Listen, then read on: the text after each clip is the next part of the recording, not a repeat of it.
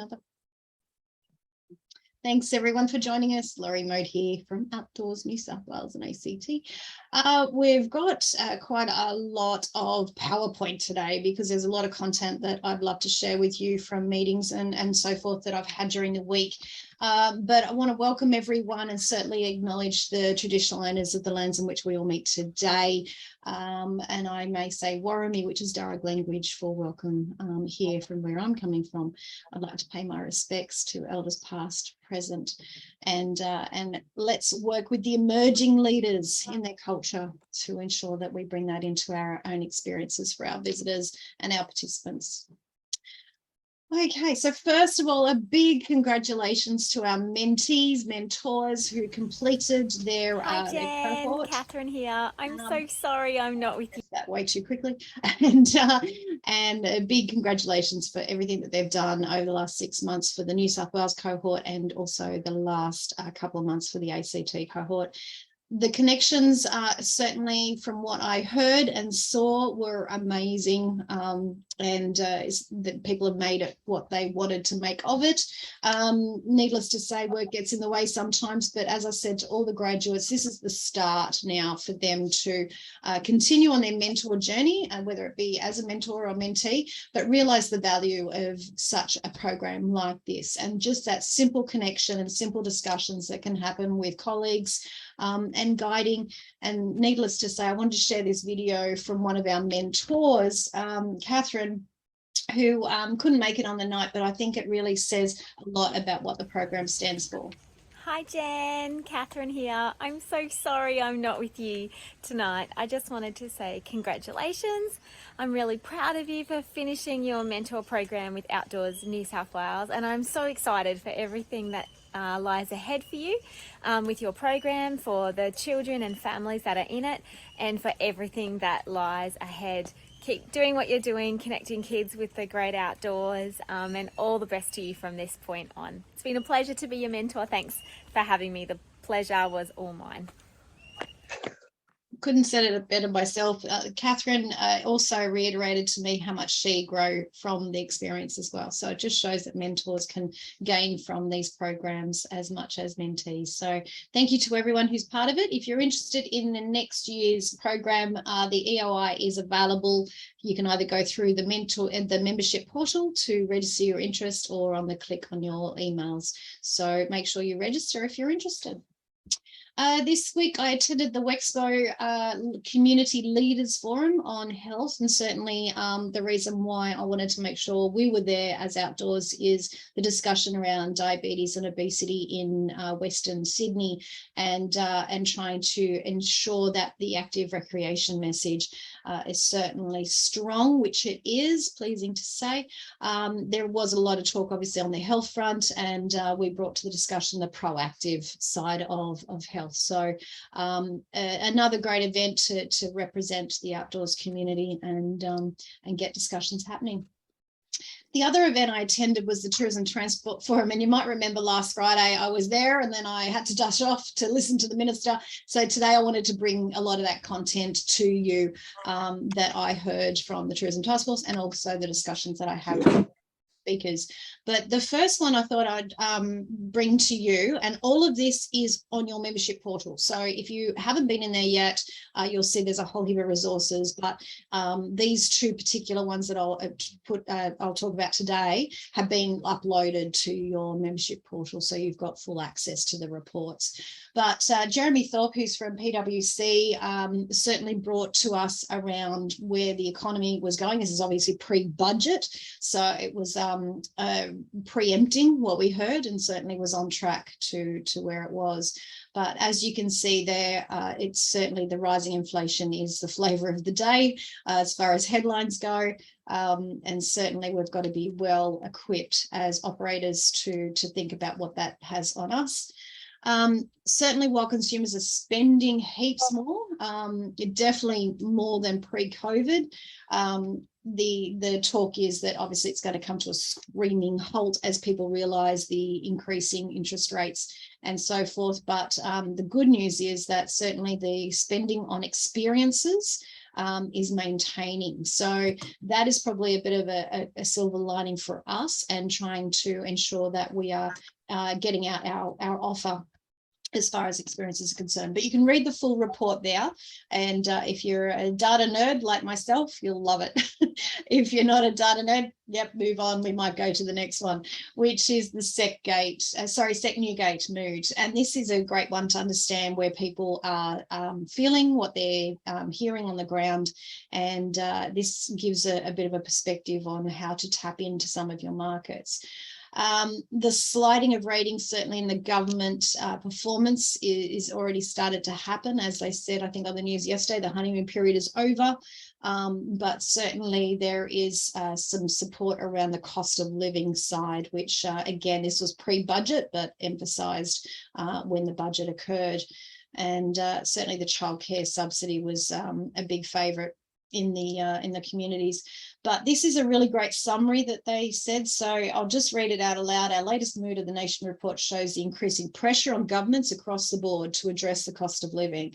With rising interest rates, rental stock shortages, housing affordability continues to be a growing issue, and we're seeing that even in our staff when we're trying to get them into regional areas.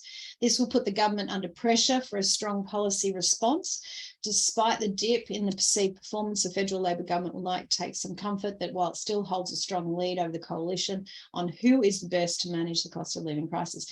That will be told as we navigate this coming year with the current budget. So just on the budget, actually, no, I'll go to the budget after this. So again, that day I was able to hear from Brendan O'Connor as the rest of the audience, but also bailed him up at the end to make sure that we got an opportunity to speak to him.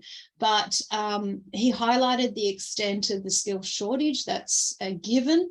Obviously, the Skills Summit certainly emphasised that, but I just wanted to share this with you, that he relayed that there is a 900,000 backlog in visa processing right now. So when they're talking about investment into the visa processing, yeah, they're working from a very, very bad base to get that processing improved and of a speedier nature. Needless to say, where the cap has risen from the skilled migrants, but not to the extent that we need it. And keeping in mind that if you are looking at training visas, that doesn't come into that cap. So if you're willing to look at options of bringing staff in and train them from overseas, that is a separate area, a separate visa, of course. So that could be an option that we could be looking at. Needless to say, we're still working through trying to get a labour agreement drafted and finished to give to the government to consider the outdoors as a priority area. The other thing he noted was the welfare payment issue, that obviously everyone left, which we know, we only know too well, that's exactly what happened in our industry, and emphasising the fast tracking of permanent pathways. So look, certainly the right areas of what we want to hear. The thing for me now is to ensure that we get down and see him to put forward the outdoors position and make sure that's considered in his directions. Susan Lee, who is the Deputy Opposition Leader, also spoke on that day. She was obviously a bit critical of where things were at, but she also wanted to see more industry-led training in the sectors. So in addition to the government offering Feefree TAFE courses, interesting, this was pre-budget. As we all know, the budget came out with the Feefree TAFE, but she welcomed the decision to lift the permanent migration cap. But has to be flexible in its rate for pay as skilled migrants. So she's saying that it's around the rate of pays it's really going to bring the people into the country. Okay, so on to the budget, and that's that lovely thing that either you hide under the covers and ignore, or you're really into it. And what I thought I'd do is just give you a bit of a snapshot on the budget areas that might be connected to our industry or might be a consideration for some of our businesses. So they delivered a 5-point plan, which was around the cost of living relief.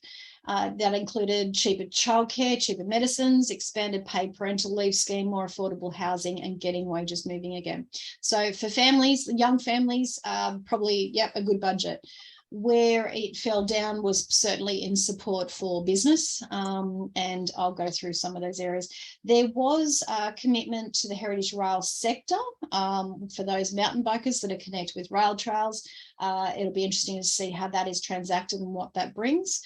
There was also the funding boost to every Australian school to help in the impacts of COVID and student welfare. This is a bit of a highlight to look into for myself in trying to work through what that can look like for you and our members, and seeing if there is a message that we can instill with that election, with that budget, to get the outdoors as part of that consideration of student wellbeing. Okay, there's a lot of text, so I'm not going to read it for you, but it gives you a bit of an idea of how much is around skills. Fee-free TAFE places. Needless to say, we all heard that on one of the headlines that came straight from the budget. 480,000 fee-free places, 180,000 in the higher skills area. I went to the Canberra Business Chamber business event, which was post-budget. I raised the question to the people and the economists that were on that it's great we're funding the positions, but who's funding the TAFE continuing to deliver a good service? They told me that the part of the fund was to go into infrastructure, workshops, and other facilities to boost TAFE's capacity. I still would love to see that the sliding scale of TAFE costs that have been reduced over the years, or sorry, their own budget, how that's going to transact in this budget piece. So let's wait and see on that one. Increased migration, we've spoken about. Visa processing, we've sort of spoken about. It was all certainly the budget reflected what was at the summit on the Friday. Productivity Education Training Fund. This was through the union representatives, and this will be a watch and act on that one as well to see where that heads. The Fair Work Commission have got a boost to look at enterprise bargaining for small businesses, and I've highlighted this one because I think this is an area that has been significant with our discussions around pay and working conditions. Sorry, Dylan, just saw your hand. Do you want to jump in? Yeah, just a question about the fee-free TAFE places, Yeah. and just confirming that's for TAFE, not other RTOs. It is commercial RTOs as well, but they did highlight TAFE being one of the major providers. I think there's a cap on commercial RTOs, but let me take that one on notice and check. And the second part of my question was, are they for micro-credentials or full qualifications? I have a feeling it's micro-credentials, but again, I'll confirm that back to you if you like. Yeah, so can I just, in terms of taking that up going forward, can you continue to advocate for complete qualifications? Yes. Because the problem at the moment isn't upskilling the existing staff we have, it's about getting staff that have the foundational qualifications required to participate in industry. Yeah, really good point. Sorry, I'm just writing that down. And Sorry, I thought from some of this is just media reports on it, I thought it was both micro-credentialing and full quals, but I might be wrong on that. But I feel like the media often just reports TAFE as if it includes all RTOs, and I think that's part of the challenge with it. Yeah, but I again, just based on media reporting, it may not be that useful. I thought it was both full quals and upskilling micro-credentialing. Yeah, look, I think you're right, but that's where the challenge, I think, to Dylan's point is that micro-credentials are easier to transact. So as soon as we've got summer skills here. I don't know if you've got that in Queensland, John, but summer skills are out now, and it's easy way to get people through TAFE fee-free courses, because that's been in existence for a little while now. With micro-credentials or certificate of attainments. Yeah, so it'll be interesting to see if we can lobby for that full completion course and get that transacted. Because obviously there's a bigger cost with a full qual versus a micro-credential. But a massive return for industry too. Correct, that's right. And the other piece of it is, I think, which is where TAFE's and other training organisations have come to is it can be you get less dropouts in shorter credentials. So if you offer a series of micro credentials, etc., you get more completion of those courses, which looks good on your stats. But the question is, what does that do for the actual workforce? Yeah, absolutely. Jeffrey, did you want to Dom, say? you're quite right. Yeah. Are you making something so shallow that it's quite meaningless and tick a box, or are you going into the depth required? I think that's a really valid point with micro credentials. Yeah. Yeah, great. Awesome. We'll keep going then. And thank you, Dylan, for bringing that up. That's a really good conversation. The student visa holders extending the relaxation. We've already heard this pre-budget, but obviously reaffirmed in the budget, and that's until June 30 next year. Support the workforce with the age pension and lifting that cap for them. Paid parental leave we spoke about before, and the cheaper childcare, which were very popular amongst, of course, the families. More news from the government is Labor's tabled the IR reform bill. So this is obviously reflecting the budget promise around looking at that enterprise bargaining. So they're going to have to push this bill through to get that happening. So that has a bit of an implication, as I say, on our industry because of the pay and working conditions discussion and the 6 or 8 awards now that we have that we all use. As well as our own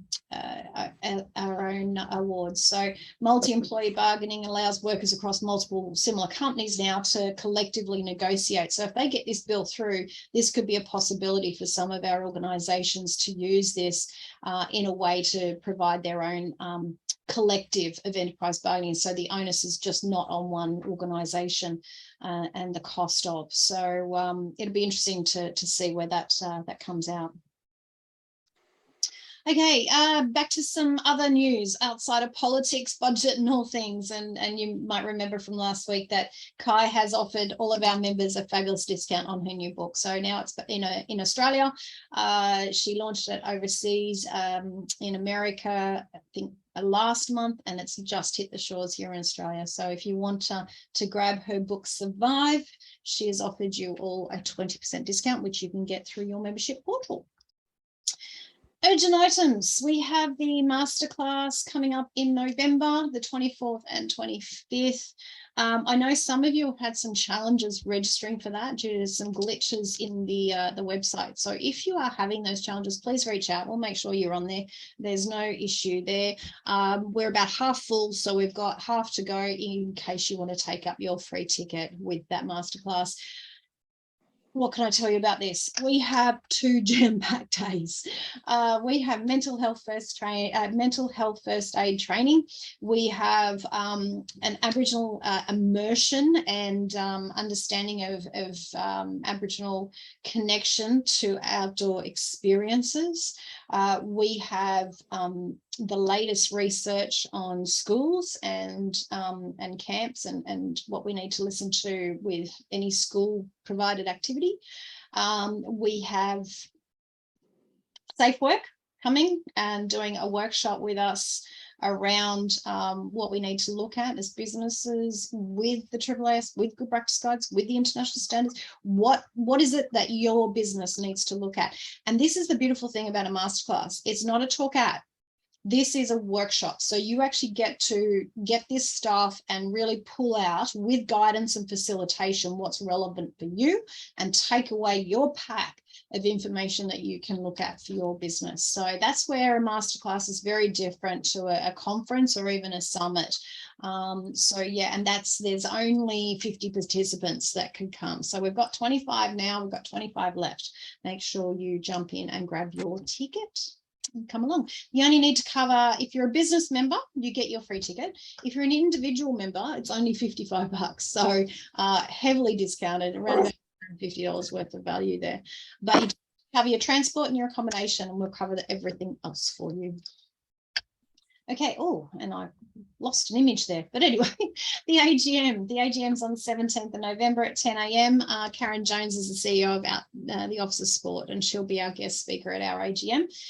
It will pretty much only go for the hour. So if you wanted to come along from 10 to 11, make sure you register on our link on your newsletter, and you can be part of our AGM. Our subcommittee for adventure guides. This will be an interesting one now that we've got this IR reform up as well. But that doesn't mean that that's going to be the only topic the adventure guides subcommittee talks about. I think this subcommittee really will dictate what their charter is going to be when they first meet, but certainly early indications and requests for this group have been a lot around looking at the needs of adventure guides in the industry. So let's get the right people to the table. If you're interested in being part of that subcommittee, register your interest. It'll be passed by the first board meeting following the AGM, and we'll get you into the committee for the start of 23. And yeah, let's make change for the better in the space of adventure guides. Okay, need to knows. You might have seen this on my social posts and various things, but I was a little bit shocked to see that there's still some social media activity going, oh, cool, floodwaters are up, let's go. And even tour guides doing some of the same. So there, I feel like I shouldn't be needing to tell people this, but it's in some cases illegal to go into floodwaters, in some cases just very dangerous. So depending on where you are, where it's legislated, where the recommendations are, literally everyone says to never walk, ride, which includes boat, bike, whatever, or drive through floodwater. And it's incredibly important because you never know what's floating in floodwater. You never know where trouble will come from. And I found this video on the Bureau's website. So I thought I'd just quickly share this, and it's quite frightening to see from a car perspective how quickly happen.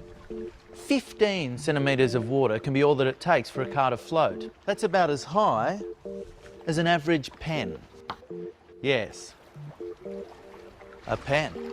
Deciding to drive on a flooded road might be the last decision you ever make.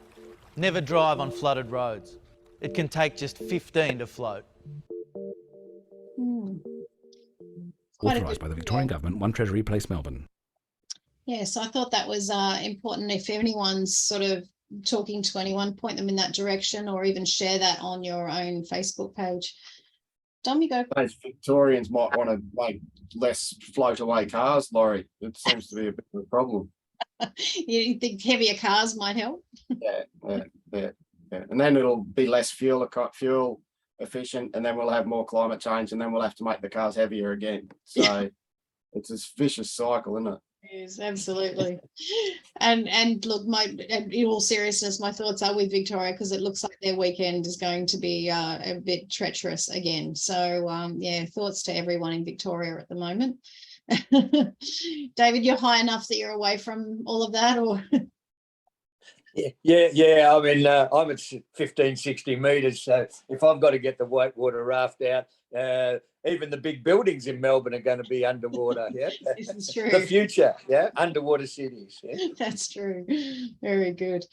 Okay, and I think this is the last slide for the day. So we've got through quite a lot of slides, so apologies for that. I think it's death by slide today. But a reminder about the Destination New South Wales new program that is looking at some of the tourism operators and supporting you in that international opportunity of engaging new audiences. And New South Wales First program, you'll hear a lot more about next week. Sandy Wilkins, who's from Destination New South Wales, will be with us on Friday's Connect and Share next week, and she's going to take you through a little bit more about this program and see if it's something that you want to get involved in or not. But it's certainly free to be part of, so maybe when you come along next week you'll get a bit of a feel for yeah, if it's suitable or not.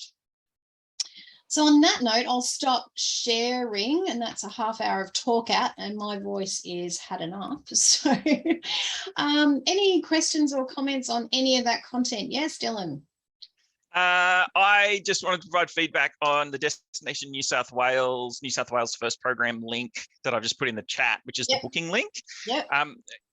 I don't know if you can provide feedback to Destination New South Wales, because I will through my channels, but that is the terrible software that drives that thing. Yeah. It loads slowly. It's that, whatever it is, the force.com. Yeah. Anyway, it takes, I've tried on multiple computers and still have the issue. I'm still loading. Yeah.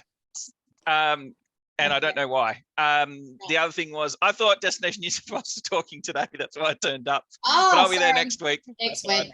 So I won't be offended then, Dylan.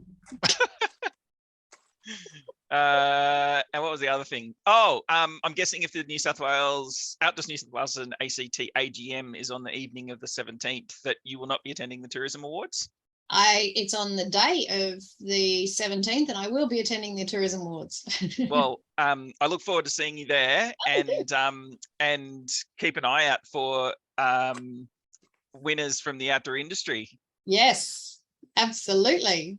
Yep, no, that's great. The AGM's at 10 a.m. and then I've got to 10 a.m. across to the city because I was a judge at the New South Wales Tourism Awards, and I have to attend the judges session before we go into the awards that night. So why do I have the Outdoors New South Wales AGM at 3 p.m? I have no idea. That was the August time frame. Ah. So when it got moved to November, it got changed to 10 a.m. to suit Diary and myself. Some daylight saving, Dylan. Yeah, no, absolutely. It's the difference between Queensland and New South Wales time. Yeah, you change it by 5 hours and everyone just goes, oh, okay. Yeah, it's daylight saving. Very good, Dom.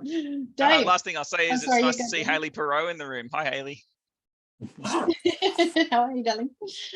Good. Dave, you had a question?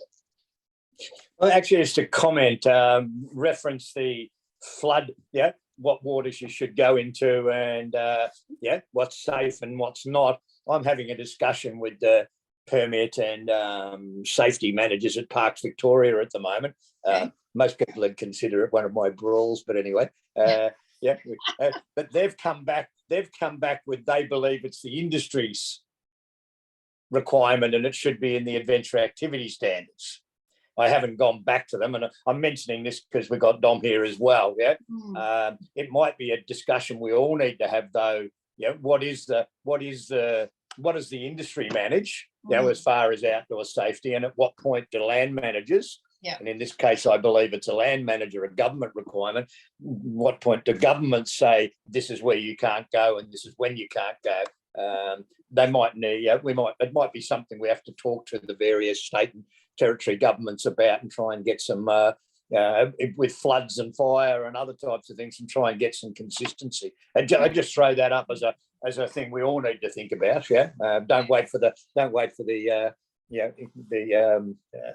government to tell you not to go, but also the adventure activity standards mention floods, but they don't detail how to deal with that. It's something we need to do ourselves.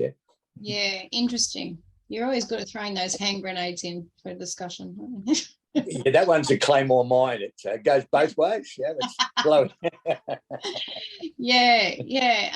And I noticed Mark's comment. Just as we were talking about the floods, and it's quite right. He said it's not the weight of the car that determines it floats; it's the surface area of the tires. So, super tankers are very heavy and they continue to float. Great comment. Interesting. I'd love people's perspective on what Dave's just said. Is it an industry issue or is it a landowner issue?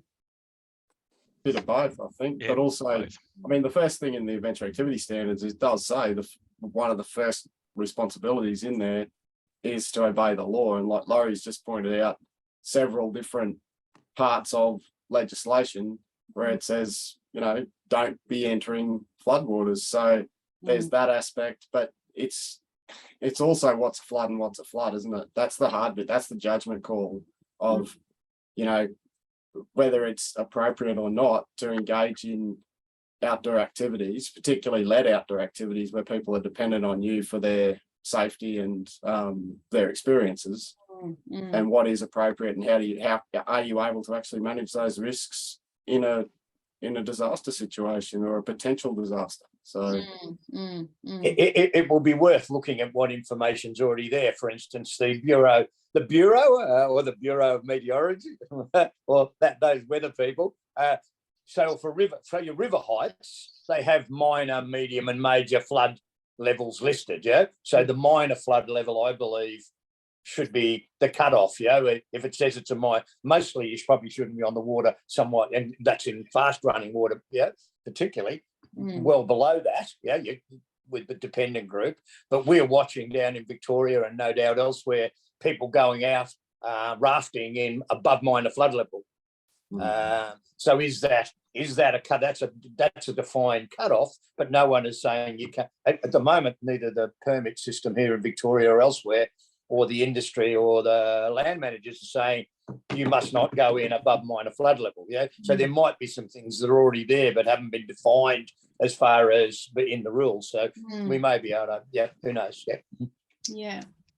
This is a bit of a hazardous conversation, I reckon, you're having here, because it's usually what's under the water as well. You know, and you don't know what's come in under the water. So I don't think it's right to turn around and say, well, this is a flood, but this is not a flood.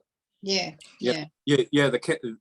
got to follow what they're saying. Do not walk, do not ride, do not go into floodwaters. You know, and as soon as the BOM declares, or whoever it is, state emergency services declare minor flooding, I reckon you stop doing what you're doing.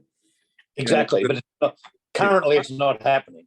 I was just want to say there's a difference between stopping doing what you are doing and not going into floodwaters. I can still go mountain bike riding. I can still go bushwalking. Yes. I just need to avoid the swollen creeks. Yes.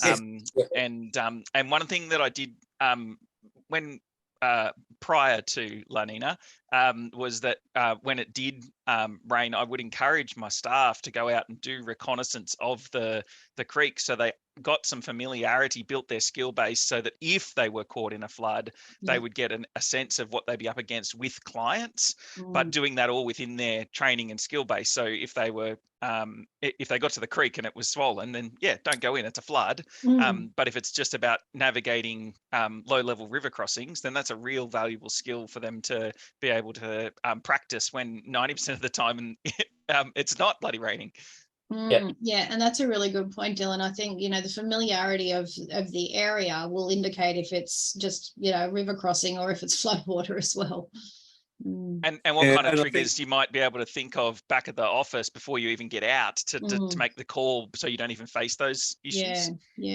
Look, sorry, go Mark. We just did a trip where we crossed below. Our route took us below Wyangala Dam, which is the Lachlan River, which is causing all the problem around Forbes. And it was our third crossing of the Lachlan in our route. And the top one, just looked like a creek. Middle one looked like a kind of bigger creek. When we got to just below Wyangala Dam, it still looked reasonably calm. But you have to have, as Dylan said, that history of knowing what was there beforehand. And because of all of our guests said, oh, that wasn't too bad. That's not too bad a river. And I said, yes, but you've got to see how much the depth was underneath that bridge, because the bridge just looked like it was just a normal low-level bridge. And in fact, it's not a low-level bridge at all. So it's very important. Absolutely. To do what Dylan was saying.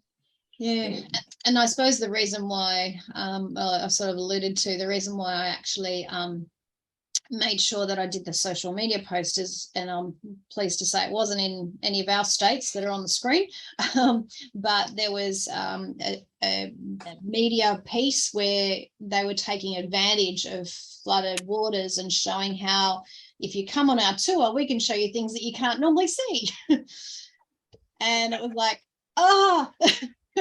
hence the social media post. So yes, it's as much as it wasn't at that time exceptionally flooded in that area, it really sends the wrong message. And I suppose that's why I did the video this week too on socials, is to say to people, think about what is in the public domain and what that's reflecting on your business and your procedures and your values. If you're not, for example, if you're, riding a bike without a helmet, for example, you're not instilling the basic safety aspects of your activity, and you're putting it into the public domain. And I think we've got to call each other out as the industry on this and make sure that we make people realise it might be just, quick, oh, where's that image? Oh, we'll just throw that one up. It can do so much damage, and particularly when there's incidents or other things and people come back to that because it's been in the public domain, they can pull on that, they can search it, and it comes back to bite them, and it doesn't help the industry at all. Dylan? Well, one of the things, sorry. I was just going to say, how the EPA's got the Dob in a litterer campaign? Yes, yeah. Maybe the outdoor industry needs slap a colleague campaign. Love To basically go, look, what you're doing is not good enough, and we don't want anyone else in the industry to know what's going on, so I'm slapping you around. Yeah. Great. I like that. I'd wear my hand out, yeah. I thought you were going to be worried about your cheeks, Dave. Yeah. Either one or the other. Yeah, exactly. I think it's a matter of how people get slapped too, but yeah, I think that's the important piece there. Yeah. One of the things we need to look at, if we're looking strategically, that thing from Marine Safety Victoria, the banning use of some lakes and a creek down along the Murray, right, is an example of what a government might do to stop everybody doing something. That stops anybody. So currently, for instance, all of my crazy whitewater mates with high skill levels are out in flooded creeks, doing their private activities, because that's when you can go off waterfalls and do crazy things. And I don't see a problem with that. But if we had problems with dependent groups and the government had to step in, because of flooded waters, and they gazetted that nobody is to enter any flooded streams above minor flood level, that would then make all of our recreational whitewater, going and adventuring illegal, which would be an unintended effect in a sense of. So I think we need to tidy this up now before the government. That's the first time I've ever seen the government gazette something like that in Victoria. We don't want them to go that way across the whole thing for just your adventurers.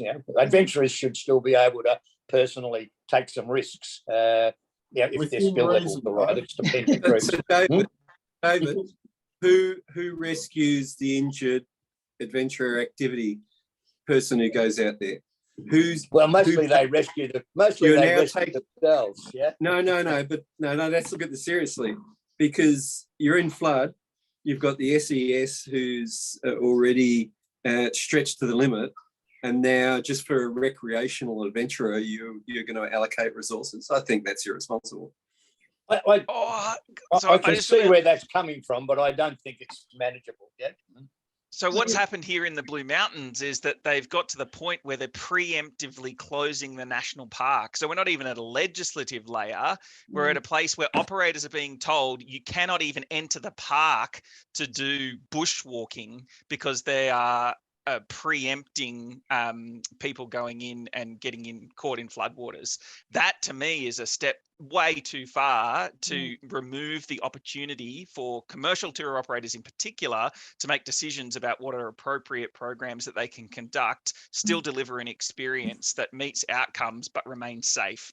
I understand the concern from the perspective of the recreational people that have been pushing further and further here in the Blue Mountains in the last few years, but there should be a provision for CTOs to go into the park with conditions, because they're one of the few organisations that you can remove their permission to enter the park if they don't comply with that. But yeah, that to me is a far more concerning thing than potential legislative boundaries, which I tend to agree with Mark about. There's already pressures on the emergency services, and now is not the time to be entering. But to preemptively close and not allow anyone in it's really impacting businesses here at the moment. And that's the problem. It's a bureaucratic decision. That's and as we know, bureaucrats tend to be much easier to make decisions just to close something or say no, rather than to delve into the whys or look at the systems and processes you have in place for the decisions around whether it's acceptable to take a group in or not. And so that I agree, Dylan, that's a horrendously dangerous position for the industry, for the land operator to be coming from. But there's responsibility on all outdoor operators to make it harder for those bureaucrats to say no, to just have blanket closures. If there's a level of trust that outdoor operators as a whole are doing the right thing, are following the rules, and are able to assess whether or not we should actually go there, and we're making the right decisions and what activities we should do in different conditions. I think it's understanding that, having that trust, but also at a local level, that's the key piece, I think, and making sure those decisions aren't just the blanket decisions that tend to get us in all sorts of hot water. But it's a hard and thing. Slapping colleagues when appropriate. It's interesting that, Kosciuszko is now looking at amendment for wilderness areas to allow CTOs access, because they've recognised the benefit of CTOs going into spaces like that for the education of the preservation and what those park areas are for. But on the other hand, we're disadvantaged, as you said, Dylan, in the Blue Mountains, because it's just a plate blanc, no, it's shut. So it's probably a conversation that needs to happen. Well, you're respecting the CTOs and what they stand for in this regard, but you're not here. So one to continue. Mark? Just like to kind of extend this, try to put a kind of a bit of an understanding on why people close parks. We've just been looking at how bicycle tours fit into the definition of a dangerous recreational activity. And in Queensland, it's quite interesting. Riding a bicycle in a normal way is not a dangerous recreational activity, but in New South Wales, it can be considered so. But there's a number of court cases that we came across where councils got into trouble for not putting up warnings and signs to let cyclists know that there was a problem in front of them. And they've been fined quite heavily for it. And here in the ACT, we're seeing with the roadworks, with the road deteriorating, the ACT government is liable and is paying out for damage to cars that have occurred because people have hit potholes. Yeah. I suspect what's happening with the landowners is they're just going, I can't put out signs everywhere to warn people of all the hazards. The easiest thing to do is shut the park. And I think that the issue, so you've got to have an understanding for where they're coming from, I think. And it's all from litigation. Yeah, and they can't afford it. It's like we can't. And just as one thing, I'm never good at acronyms. CTO means? Oh, commercial tour operator. Okay, well, I'm one of them. I didn't know it. So if you're an Eco Pass holder, they classify you as a CTO. Right, okay. And in Victoria, you're an LTO, yeah? That's right. I'm one of them. Yeah, that's right. Which in New South Wales is a local tourism association. You don't fit in any of them. Well, you will in Victoria, because we're going to include you guys, yeah? Yeah. One day, yeah. We'll just merge the states. It's all good. Makes it easier. No, thanks, Dylan. Bye. Dylan had to shoot. Really great conversation, and I think where, to your point, Mark, on the payouts, it's happening a lot here in Sydney. Councils are paying out millions in tyre repairs, car repairs. There's a crater just down the road here that Mount Vesuvius is going to come out of very soon. It's insane the amount of road that people just can't keep up. So it probably is exactly what you say, the technique of avoiding some of that cost by just closing. Anything else anyone wants to add to that conversation, or bring up other topics that's on their mind, burning issues, opportunities? complaints? Blatant advert, Laurie. Yep, If go for anyone it, wants Dom. to join the Outdoors Queensland Awards this evening, Yes. from 6 p.m. Queensland time, whatever crazy time that is in New South Wales, I don't know. Could be 8 5 a.m. o'clock, could be 7 o'clock, I don't know. But it's 6 o'clock our time. But if anyone wants to join us, it's on Facebook Live. There's links from our website, so more than welcome. Great, and good luck to all the finalists. That's Yeah, awesome. it's I think good that time. is 7 p.m. Sydney, Melbourne, everywhere else time. Sydney, Melbourne, no, can't put Canberra. West Australia in Canberra's this. Yeah, everywhere right. else. Well, everywhere else implies rest of the world. Yeah, absolutely. I noticed Queensland had to pinch a Victorian to host them, though. Yeah. Oh, We yeah. have a speaker from Don't go Victoria. there, Dave. Yeah. Don't get it. Oh, that's just so Could have funny. been Tasmania. Yeah. Yeah, so Well, Bo I'm hoping Miles he is arrives the on time because he'll be on a different. His watch will be on a different. Yeah. So Don Bo Miles is a guest speaker, or yeah, great. Yeah, Yes. he's guest speaker. Yeah, which should be good. Taking inspiration from Noak, Laurie, and Good on you. yeah, no, Yeah. I think it'd be really good. It's Yeah. a similar audience, but also a slightly different audience for our awards. So Yeah, yeah, I wonderful. think he'll do the job. So Great. yeah, Oh, looking and forward to it. just on the follow-up to NOAC, and there will be some correspondence that comes to all the NOAC attendees as well as our industry database. But as a follow-up to NOAC, you might remember there was a pre-conference workshop on nature play with Amanda Lloyd, Christian Urquhart, and Parsi Salberg. There is a follow-up webinar because they felt that they didn't actually get to a lot of the content they wanted to do at that pre-workshop. So they're actually opening it up to everyone, and Outdoors New South Wales and ACT is proud to host that. So we're going to be having that, as she says, she should have put it in her presentation and failed to do so, on the 23rd of November. So that's happening at 4 p.m. and that's nature play in practice. So if you're interested in that, make sure you diarise that. 23rd of November. Dom, that's 3 p.m. your time, 4 p.m. Sydney, Melbourne, Canberra, everywhere else time. And yeah, we'll send some information out so you can jump onto that. But yeah, great opportunity and a great outcome from NOAC, because there's a lot of conversation that followed on from that. Has anyone jumped into the NOAC portal and got all the content yet? I did my NOAC survey, Laurie. You'll be happy to know. Thanks. I'm sure everyone else here has done it as well. I'm sure everyone has done Yeah. it. I've done it and I have jumped into the portal. I did have a look, so that was good. I haven't gone through all the sessions, but no, that's really good to have that content on there and available. Yeah, great. So thank you for putting that together. Yeah, no worries. And I think it's just important to keep those conversations going. It's like anything with these big conferences. It's all wonderful when everyone's in the room and they're all energized and they go away going, yeah, and then they forget about everything.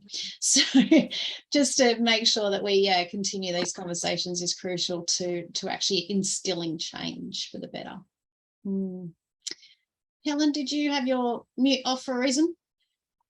I was just going to say that I completed the survey and I've been in the portal. That's all. Fabulous. Awesome stuff. Awesome stuff. And just on the portals, you might see some similarity in the look and feel for those that are members of ours that might have jumped into the membership portal for Outdoors New South Wales and ACT. So if you haven't jumped into that, I strongly urge you to do so. I'm really wanting your feedback on just some of the things that you might be looking for that you can't see, or, you know, is it useful? It's a work in progress. We're putting everything across to that as we speak. From what I can see now, it's got 187 files in there. So it's got a lot of content there for you to drill through, whether that's any research, presentations, a whole heap of stuff there for you. Yep. One question I had is around the outdoor, so the NOAC stuff has got I think it's the NOAC stuff, it's got the Outdoor Industry Australia logo. I'm just wondering where that sort of fits into the whole sort of scheme of things. Yep, great. So good question. I'm glad you brought that up. So the outdoor industry is Australian outdoor industry is a business of Outdoors New South Wales and ACT.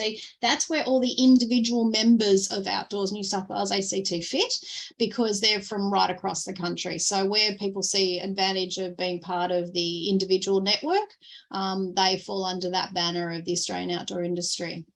So it's just owned by Outdoors New South Wales and ACT, basically. Okay, cool. Great. Yes, if anyone wants to have a quick squiz at it, I can bring it up on screen to give you a bit of a flavour for how much more content is in there. So, sorry, you're seeing the back end of it just quickly, but you can see that this is where you get your 20% off discount here.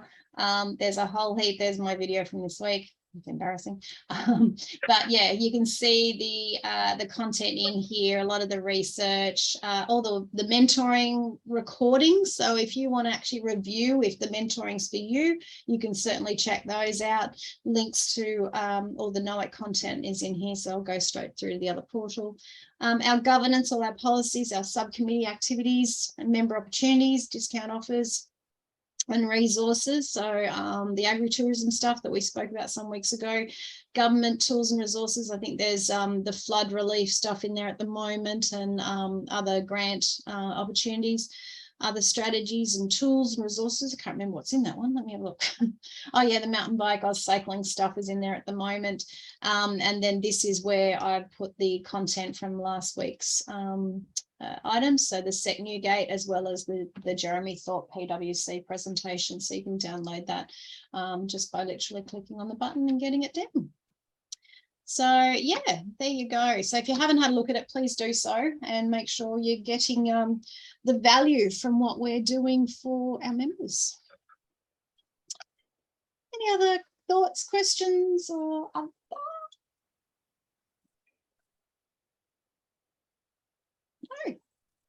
Wonderful. Well, you've got 7-minute early mark.